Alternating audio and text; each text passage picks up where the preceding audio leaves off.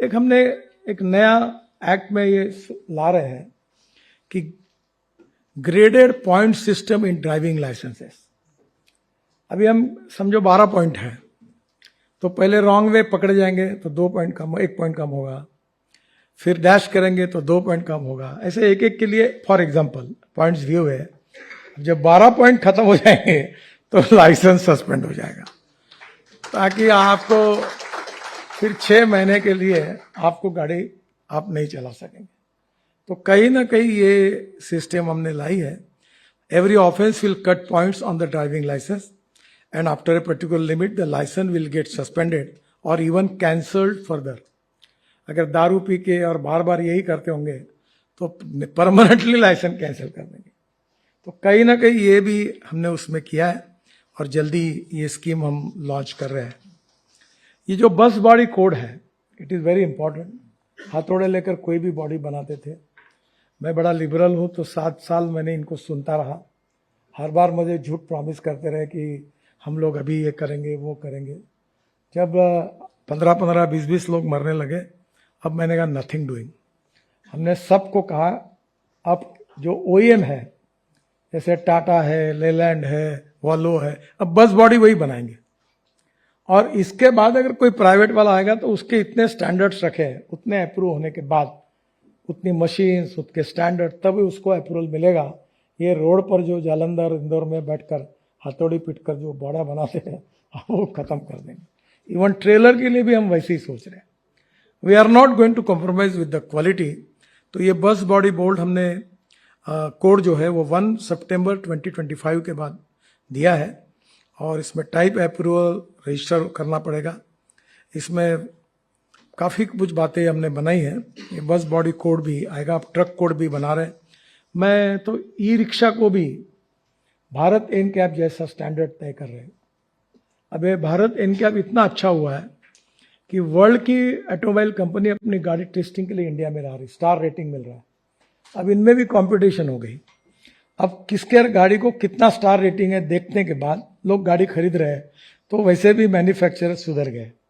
तो मुझे लगता है ये सिक्योरिटी पॉइंट ऑफ व्यू ये भारत एनकैप रेटिंग भी अच्छा हुआ है। रोड इंजीनियरिंग में जैसे मैंने कहा कि 100 डिस्ट्रिक्ट की हमने लिस्ट तैयार की है। 100 डिस्ट्रिक्ट के ब्लैक स्पॉट्स आइडेंटिफाई किए हैं, कौन से रोड से वो आइडेंटिफाई किए हैं। और आने वाले 1 महीने भर में हम दिल्ली में उनकी कॉन्फ्रेंस ऑर्गेनाइज कर रहे हैं, आपको भी बुलाएंगे। आप भी उन डिस्ट्रिक्ट पर कॉन्सेंट्रेट करिए ताकि वहाँ ज़्यादा से ज़्यादा काम होगा तो फायदा होगा।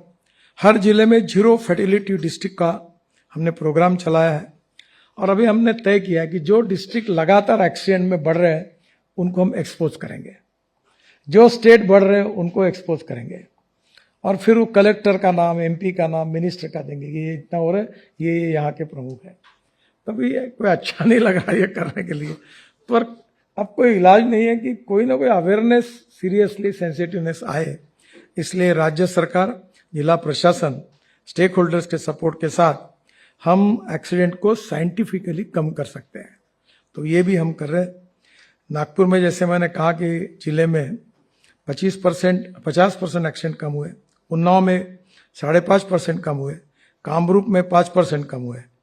तो हम high risk corridor, junctions, road, user groups and time patterns, इसको भी हमने आइडेंटिफाई किया हुआ है। इम्प्रूवमेंट इन व्हीकल इंजीनियरिंग में भी काफ़ी बातें की है। जो ट्रक वालों के लिए AC केबिन मैंडेटरी की है, fatigue and sleep defection service निकाली है। अगर नींद लगती तो तुरंत अलार्म बजेगा। जैसे मैंने अभी कहा कि हमने फ्रीक्वेंसी खरीदी की है ताकि क्रैश डैश ना हो। ये ट्रक बॉडी कोड हम करा रहे हैं ताकि उसमें भी हम लोग अच्छा बना रहे हैं। तो इसके साथ हम लोग कोई कॉम्प्रोमाइज़ नहीं करेंगे। जो टेक्नोलॉजी ड्रिवन जितने इनिशिएटिव हैं उसके लिए हम ओपन माइंडेड, जो भी सुझाव आएंगे वो स्वीकार करने के लिए तैयार है। रोड इंजीनियरिंग, अभी ऐसे हमने जैसे ब्लैक स्पॉट आइडेंटिफाई किए, वैसे 350 हिमालयन टेरेन में हमने लैंड स्लाइडिंग स्पॉट को भी आइडेंटिफाई किया और उसमें से 235 लैंड स्लाइडिंग स्पॉट्स को भी हमने इम्प्रूवमेंट करने का काम हाथ में लिया है। तो एक प्रकार से रोड इंजीनियरिंग में, ऑटोमोबाइल इंजीनियरिंग में, इन्फोर्समेंट ऑफ लॉ में, इन सब में हमने जो कुछ करने लायक है वो लगभग किया हुआ है। फिर भी एक्सीडेंट बढ़ रहे हैं। अब वो राज्यों की लिस्ट हमारे पास है, डिस्ट्रिक्ट की लिस्ट हमारे पास है, और मुझे लगता है जो डार्क एरिया वहां आप लोग ज़्यादा काम करेंगे तो अच्छा है। स्कूल कॉलेजेस की जो एंट्री पॉइंट है वहां एक्सीडेंट होते हैं, 10,000 बच्चे मर गए। अब वो स्कूल बनाते तो वहां बसेस कहाँ पार्किंग करेगी स्कूल के बच्चों की, वो बसेस का भी हमने कोड बनाया अभी, उसके लिए भी स्पेशल बसेस के लिए प्रोविजन की है। तो मुझे लगता है कि हर स्कूल अपने स्कूल का डिजाइनिंग ठीक प्रकार से करे, कॉलेजेस ठीक प्रकार से करे, cycle stand, foot over bridge उसके पास निर्माण करें ताकि लड़के रोड न क्रॉस करें। तो मुझे लगता है बहुत सी बातों में सुधार होगा। अब फुट ओवर ब्रिजेस में हमारे यहाँ भी लोग ऐसे विचित्र है कि मैंने सब इंजीनियर को पूछा कि तुम जितने फुट ओवर ब्रिज बनते हो, बनाए आपने, उसके ऊपर आदमी चढ़ते हुए देखा क्या आपने कभी? कोई नहीं चढ़ता, मतलब कुत्ता भी नहीं चढ़ता। तुम क्यों बार बार बना रहे हो? तुमको समझ में नहीं आता क्या? तुम आईआईटी पास किया, इतना बड़ा इंजीनियर हो, तुमको समझता नहीं है? ये ऐसे ही बताते चलते जाते, क्योंकि सोचने का ही बंद किया गया। मैंने कहा आप लिफ्ट लगाओ, वहाँ हर जगह लिफ्ट लगाओ, हर जगह सब बहुत अच्छे का, लिफ्ट कम से कम बनाओ ताकि सीनियर सिटीजन ऊपर जा सके, दिव्यांग जा सके। तो अभी हम लोग उसमें भी हमने डिज़ाइन बदला है। तो मुझे लगता है कि स्कूल कॉलेजेस के सामने, पब्लिक प्लेसेस के सामने इस प्रकार के डिज़ाइन बनाकर देना और वहाँ से रोड एक्सीडेंट को टालना, इसमें काफ़ी इनिशिएटिव हो सकते हैं। काफ़ी लोग यहाँ काम कर रहे हैं, बैठे ही है, बहुत अच्छा काम करते हैं।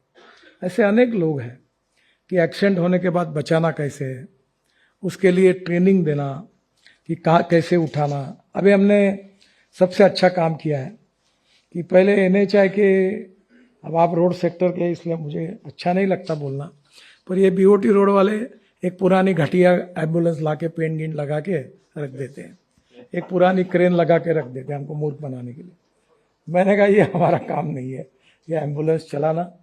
कल नीति आयोग के डॉक्टर पॉल भी आए थे, सेक्रेटरी थे, मैंने मीटिंग कराई। मैंने बोला हम अब सबसे अच्छे स्टैंडर्ड की एम्बुलेंस खरीदी करेंगे, जिसमें ऑल टाइप ऑफ ECG से लेकर ऑक्सीजन सिलेंडर तक, सलाइन तक सब प्रकार की व्यवस्था होगी। और हमने स्पेशल टूल तैयार किए हैं कि बस और कार का डैश होने के बाद वो काटने के लिए, नहीं तो 6-6 घंटे बाहर ही नहीं निकालना, वो टूल्स रखे, उसका भी ट्रेनिंग देंगे। और हम अब से 200-300-400 हम एम्बुलेंस खरीदी करके डायरेक्ट स्टेट गवर्नमेंट के 110-108 स्कीम में दे देंगे। हम उनको इतना ही कहेंगे कि हमारे नेशनल हाईवे पर एक्सीडेंट होने के बाद मिनिमम 20 मिनट्स के अंदर आपकी एम्बुलेंस आनी चाहिए, इसे आप लोकेट करो, ताकि हम आपको ये एम्बुलेंस देंगे, आप इसको संभालो, क्योंकि डॉक्टर और सब हमारे काम इससे नहीं हो पाएगा। तो मुझे लगता है कि इन सब बातों में awareness, social consciousness, social responsibility is very important. और इसके लिए वी नीड प्रॉपर एजुकेशन, और ये स्कूल से देना ज़्यादा अच्छा होगा, क्योंकि जो बन चुके लोग हैं, आप में से यहाँ बैठे हुए लोग ऐसे नहीं हैं, पर जो 45-50 साल के हैं वो बोलते हैं हाँ मुझे मत सिखाओ, मुझे सब आता है, ये मुझे सब समझता है और मुझे सब आता है और मुझे कुछ नहीं होता है। ये कहने वाले विद्वान लोगों की कमी नहीं है, तो अब उनको सुधारना जरूर कोशिश करें। पर जो बच्चे हैं, जो 5वीं 7वीं 8वीं, वो जरा आसान है, उनके ऊपर हम कॉन्सेंट्रेट कर रहे हैं कि भविष्य की हमारी जनरेशन ये बहुत सेंसिटिव बने, लॉ बाइंडिंग बने, और कानून के प्रति डर और सम्मान दोनों उसके मन में हो, और रूल्स का वो पालन करें। कोशिशें करने के बावजूद भी हम एक्सीडेंट की, डेथ की संख्या कम नहीं कर पाए। This is the only black spot with my ministry. हम कोशिश कर रहे हैं। मैं ये कहता हूँ कि शायद हमारे कोशिशों में कुछ और कमी पड़ी होगी, और करने की आवश्यकता होगी। आप जैसे लोग अगर इसमें एक ओनरशिप देके सहयोग करेंगे तो सबके प्रयासों से एक दिन हम कामयाब होंगे, और ज़रूर ये डेथ जो हो रही है कमी होगी। जिनके घर में ये डेथ हुई है उनके ऊपर क्या मुसीबत आई है, ये कभी आप उनको मिलोगे तो आप इसका अनुमान कर सकते हैं। 3% GDP का नुकसान है एक्सीडेंट्स के कारण। तो मुझे लगता है कि ये इतने लोग न लड़ाई में मरते हैं, न दंगों में मरते हैं, न कोविड में मरते हैं, इतनी यंग जनरेशन बर्बाद हो रही है। तो मुझे लगता है कि ये सबसे बड़ा ऐसा भयंकर प्रॉब्लम है देश का कि इसको सबसे पहली प्रायोरिटी देके हमने इसको कम करने की कोशिश करनी चाहिए।